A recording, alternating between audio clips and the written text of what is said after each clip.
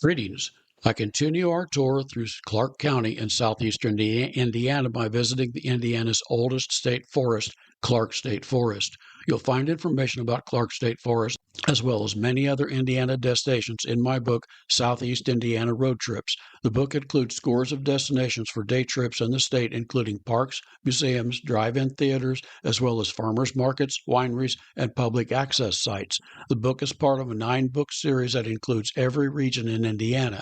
You can find it at my website, www.mossyfeetbooks.com.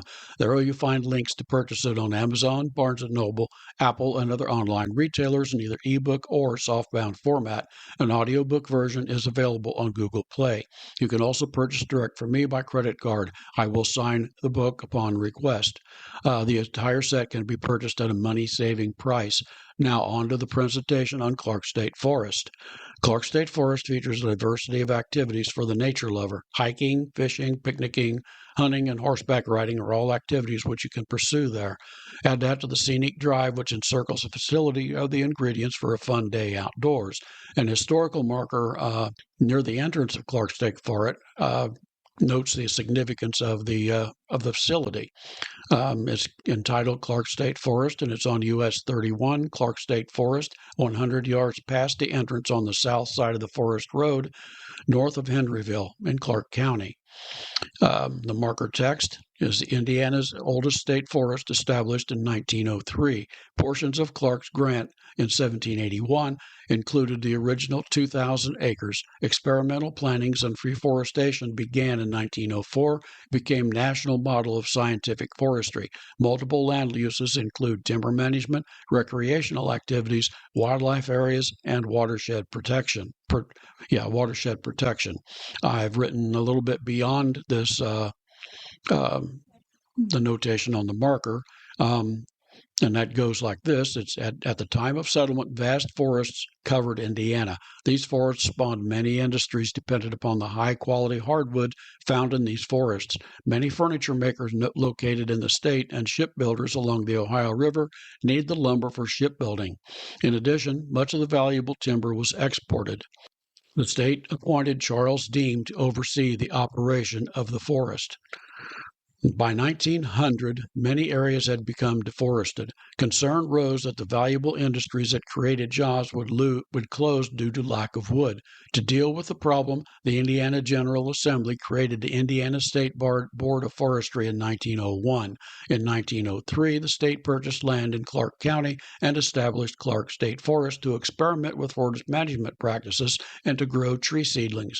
The initial purchase of 2,023 acres has grown to over 20,000 acres today. Many other state forests have joined the ranks since then, preserving Indiana's forest heritage. Charles Deem lived from August 30th, 1865 until May 29th, 1953. He entered life on a farm near Bluffton in Wells County, Indiana. His father taught him about plants as he grew up, spurring his lifelong interest in botany. He attended DePaul University but had to leave after his second year because he could not afford to pay the tuition. He got a job as a clerk in a pharmacy where the long hours led to exhaustion and high stress. His doctor recommended long walks in the forest to relieve the stress. On these walks, Deem studied the plants and collected specimens. His interest in collections grew, and his collection soared to over 78,000 plants. Indiana University acquired his plant collection, and Deem joined the Academy of Sciences in Indiana. The Indiana governor became aware of Deem's work and appointed him as Indiana's first state forester in 1909. He moved to Clark State Forest to create an experimental forest laboratory. It was his assistance that the state to add an additional 2,000 acres to the park. His work had lasting consequences on forestry in Indiana, and visitors still can see many of his experimental plantings. The Charles C. Deem Wilderness and Deem Lake State Recreation Area are named in his honor. The Civilian Conservation Corps, or the CCC, used Clark State Forest as a training facility during the Great Depression. The CCC built many of the structures in the park as training exercises for the men to learn practices to use in other public lands. Clark State Forest is very hilly, and the narrow one-lane asphalt system of roads which wind their way through the forest makes a very scenic drive, especially in the autumn, in this fall when the leaves are beginning to turn. There are 8 sheltered picnic areas, the nicest ones overlooking Frank Lake. There is Old Frank, probably the best one, and New Frank on the southwest side of the out of the lake. Clark State Forest, like all Indiana State Forest, is a mixed-use facility. Hunting and fishing is permitted in the park. There is a popular gun range near Bowen Lake on the west end of the property. The state of Indiana also sells timber from the forest. Sales from the state forest provide funds that help administer the state forest system. Clark State Forest functions as a state forest. In addition to forestry functions, it provides a number of recreational activities for the public. Fishing, hunting, hiking, and camping are all offered here, as well as horse trails and outdoor shooting range. Clark State Forest is located on US 31, 1 mile north of Henryville, Indiana, about 10 miles south of Scottsburg. This is Indiana's oldest state forest, established in 1903. It is also one of the prettiest of the state forests. There are about 100 miles of horse trails at Clark, as well as 6 parking lots for day users.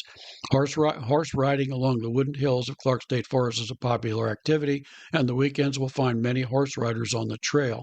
The forest boasts 45 site primitive campground. There are 7 public lakes ranging in size from 13 to 2 acres.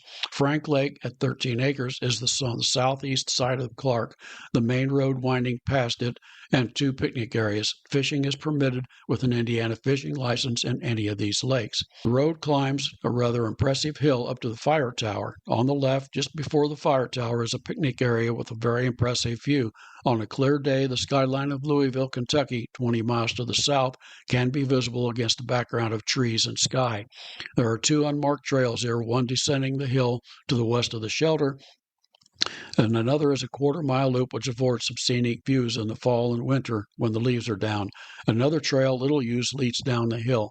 A hike on any of these really is not for the unprepared. It's steep, slippery, and this last one I mentioned finally dies away in the forest.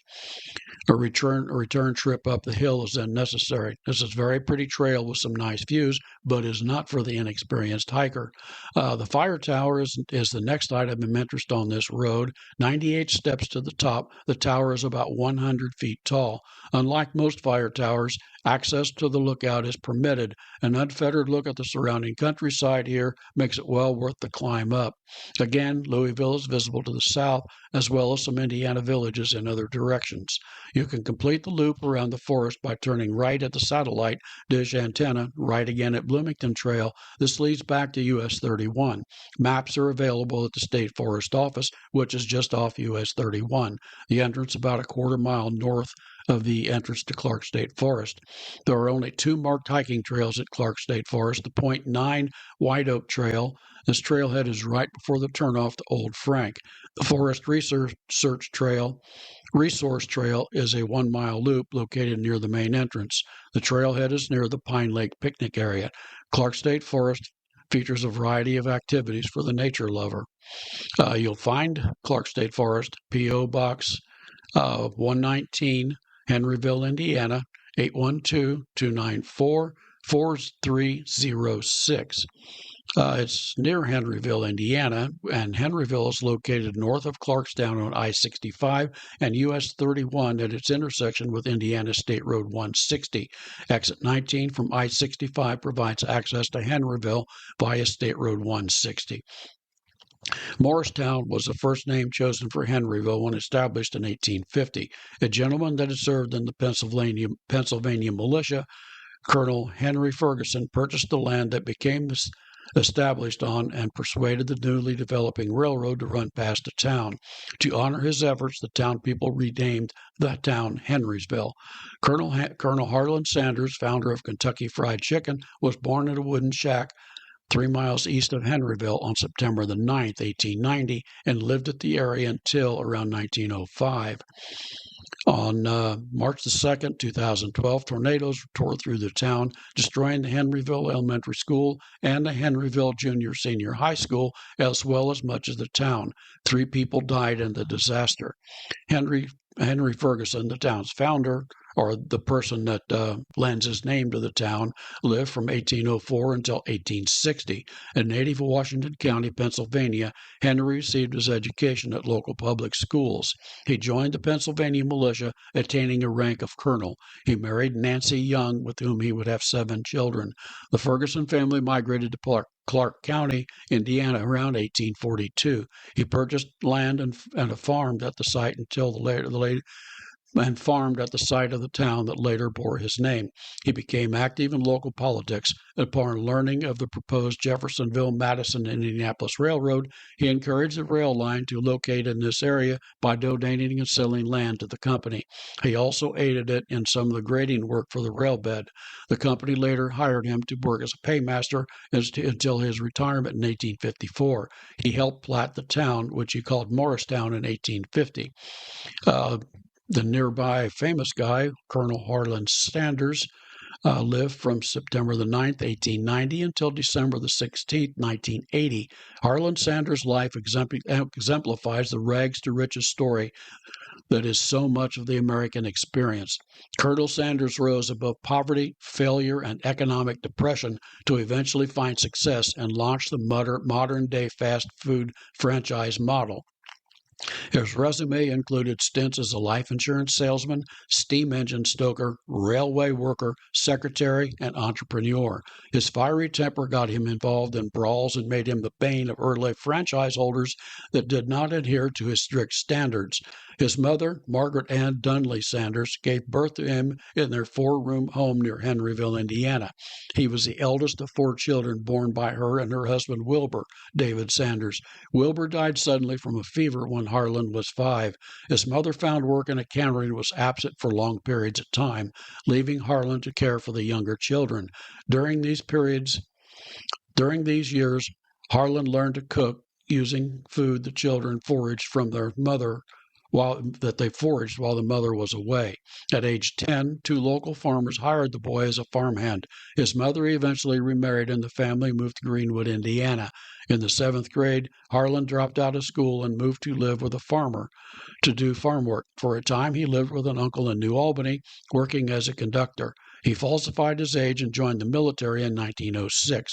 After serving as a teamster in Cuba, he received an honorary discharge and went to Alabama to serve stints as a blacksmith's helper and ashpan cleaner at a railroad. He eventually rose to become fireman, stoking steam engines with coal. From Alabama, Harland went to Tennessee. He worked days as a fireman and studied law at night at the LaSalle Extension University. A fight with a co-worker cost him his job, so he moved on to Arkansas, married by now with 2 daughters. His son had died of tonsillitis. In Little Rock, he became a lawyer until a courtroom brawl with a client ended his law career. He ended up again in Indiana, this time operating a ferry company that he established. The ferry operated between Jeffersonville and Louisville and did very well. During this time, he also worked as a secretary for Columbus, Indiana Chamber of Commerce. He resigned from that job, sold the ferry, and used the funds to found a company that made acetylene lamps. This company failed. Sanders ended up in North Corbin, Kentucky, operating a service station, which he rented free in exchange for a percentage of the sales. To make extra money, he started selling fried chicken, country ham, and country fried steak dinners. His chicken was a hit. His restaurant became so popular that the Kentucky Governor Ruby Laffoon in 1935 appointed him as a Kentucky colonel. Colonel Sanders' first restaurant is still open, and you can go there and buy chicken in Corbin, Kentucky. During this time, he was involved in a shootout with his biggest competitor, Matt Stewart. Sanders, a Shell Oil Company official with Sanders and Stewart, got into an altercation over Stewart repainting some of Sanders' signs. He was directing people to his station and away from Sanders. During the altercation, Stewart pulled a gun and shot the Shell Oil man, killing him. His murder conviction eliminated him as a competitor.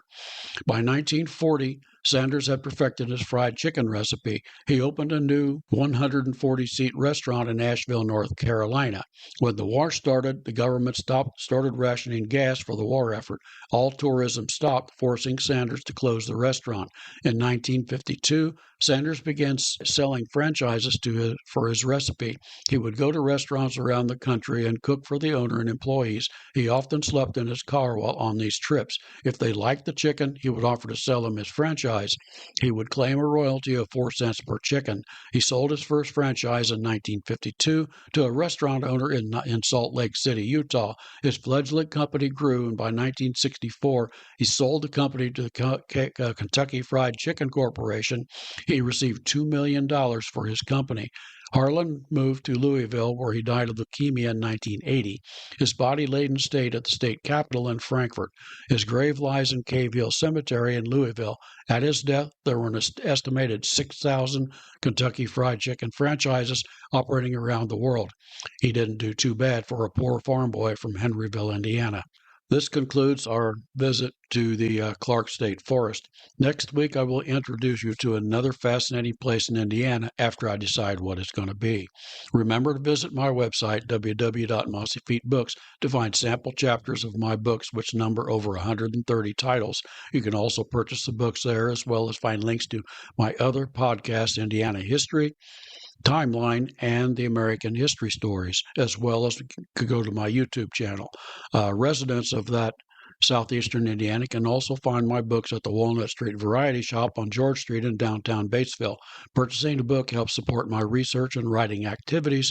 If you visit the website, www.mossyfeetbooks.com, and browse the many sample chapters for my 130-plus titles and still do not wish to purchase a book, there is a donation button on the site in which you may tip me in any amount you wish. I do add new content to the website frequently. The updates for the podcast are also available there, as well as the regular updates to my YouTube channel, which are actually this particular podcast here. I have that on there, and then I have photos that I intersperse with the video that show you pictures of some of the places that you can go down in that area. Anyway, I hope you enjoyed this podcast, and